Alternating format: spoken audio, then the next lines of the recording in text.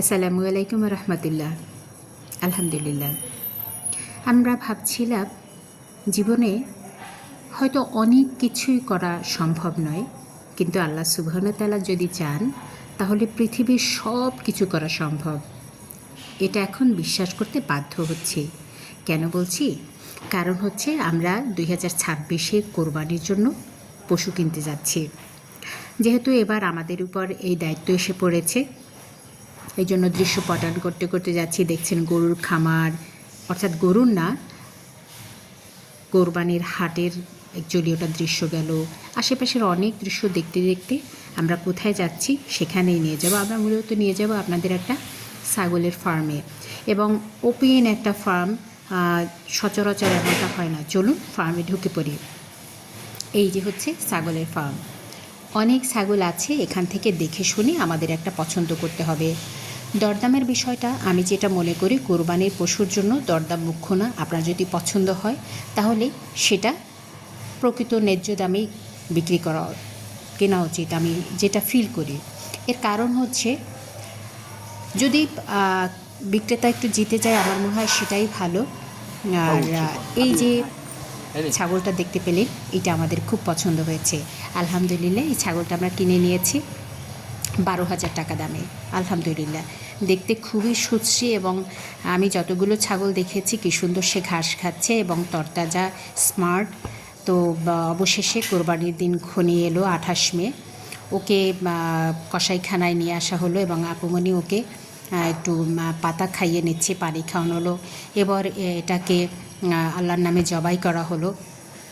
মূলত এই কোরবানিটি ছিল আমার আম্মুর পক্ষ থেকে, এবং কোরবানির যে প্রসেস অর্থাৎ কাটাকুটি সেটা চলতেছে খুব ভালোভাবে। এবার আপু বাসায় নিয়ে এলেন, নিয়ে এসে এটাকে, কারণ এটাতে সব কিছু আলাদা আলাদা করে থাকে, মাথা প্লাস হচ্ছে হাড্ডি, যে 3টে আস্ত রান দেখা গেল। এটা বিশেষ 3জন মানুষের জন্য মূলত করা হয়েছে। তো সে যাই হোক, আপুমণিরা ওনারা দুজনেই সুন্দর করে এটাকে প্রসেস করছে, প্লাস হচ্ছে প্রত্যেকের জন্য আলাদা আলাদা করে ভাগ করে রাখছে। এর কারণ হচ্ছে সবাই তো দূর দূরান্তে আছে, সবাইকে চাইলেই আমি একত্র করতে পারবো না। দ্যাটস ওয়াই আমাদের ক্ষেত্রে যেটা হচ্ছে, প্রত্যেকের জন্য একেবারে বক্স ভরে ভরে আলাদা করে রাখা হচ্ছে, কারণ প্রত্যেকেই কিন্তু এখানে দাবিদার, হকদার। সো দ্যাট সেই অনুযায়ী আমাদের কাজ করতে হচ্ছে। অবশেষে ভাগ করা হয়ে গেল প্রত্যেকের জন্য। যারা দূরে আছে তাদেরকে ডিব্বু ভরে রাখা হলো, এবং হেল্পিং হ্যান্ড তার জন্য কিন্তু আলাদা একটা ভাগ রাখা হয়েছে আলহামদুলিল্লাহ। এবং এই মাথার অংশটা, হাড্ডিগুড্ডি অ্যাকচুয়ালি কাউকে দেওয়া হয় না ওভাবে। আর এই বলের অংশটা অ্যাকচুয়ালি আজকে রান্না করা হবে। কোরবানির দিন এটা কিন্তু সুন্নাহ যে কোরবানির মাংস দিয়ে প্রথম আহার করা।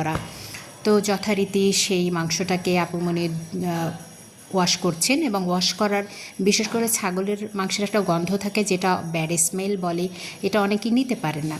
সেই না নিতে পারার জন্য আপনার এই গন্ধটা দূর করানোর জন্য যেটা করতে হবে, একটু রসুন থেতো করে অর্থাৎ পেস্ট করে কিছু লবণ এবং গরম পানিতে কিছুটা সময় ভিজিয়ে রাখতে হবে।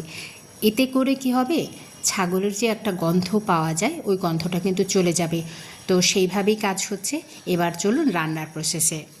তো আপুমনি রান্না করছেন। আদাটা আমরা মূলত আস্ত মশলায় রান্না হবে। এখানে তেল দেয়া হচ্ছে, গ্রাজুয়ালি মশলাগুলো দিয়ে দেওয়া হচ্ছে। প্রথমে একটু আদাটা দিয়ে দিয়ে হবে কি, এটার একটা সুন্দর স্মেল আসবে। এই পর্যায়ে গরম মশলা দিয়ে দেওয়া হলো, লবণ দিয়ে দেওয়া হলো, পেঁয়াজ। আমরা সবই কাটা মশলায় রান্না করতে হবে, বাট শুধুমাত্র আদা যেটা সেটা একটু থেতো করে নিয়েছি হামানদিস্তা দিয়ে। এর কারণ হলো আদাটা কিন্তু সহজে গলতে চায় না। তো এবার হচ্ছে হলুদ, মরিচ। এটা অ্যাকচুয়ালি রান্না করতে করতে অভ্যাস হয়ে যায়। আর যারা কোরবানির মাংস রান্না করবেন, খুব একটা আনাড়ি বলতে কিন্তু কেউ নেই। আর আমার মনে হয় সব রান্না একই। কিছু ট্রিক্স যদি ফলো করা যায় তাহলে রান্নাটা সুন্দর হয়।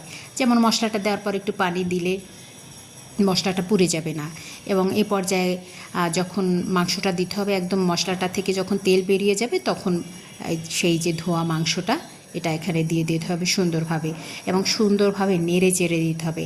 নাড়ার মধ্যেই কিন্তু মশলাটা সুন্দরভাবে মাংসের ভিতরে ঢুকে যাবে। এটা কিন্তু একটা ট্রিক্স, এটা মনে রাখতে হবে। এ পর্যায়ে ঢাকনা দেয়া যাবে না। অনেকেই যেটা করেন মাংসটা নেড়ে চেড়ে একটা ঢাকনা দিয়ে দেন সিদ্ধ হওয়ার জন্য। না, ছাগলের মাংসের ক্ষেত্রে এটা করলে কিন্তু আপনার একদম টেস্ট ভালো আসবে না এবং একটা গন্ধ, ব্যাড স্মেল আসবে।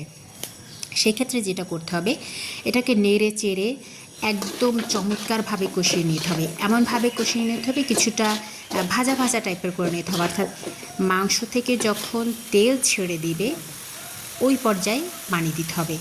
এবার মাংসে কিন্তু প্রচুর পানি বেরিয়েছিল, সেটা শুকিয়ে একদম পুরোপুরি শুকিয়ে এরপরে পানি দেওয়া হলো প্রয়োজন মতো। প্রয়োজন মতো বলতে অর্থাৎ মাংসটা যেন ডুবে থাকে এই রকম পানি দিতে হবে। যারা একটু ঝোল কম খেতে চান তাহলে ঝোলটা টানিয়ে নিলেই হবে।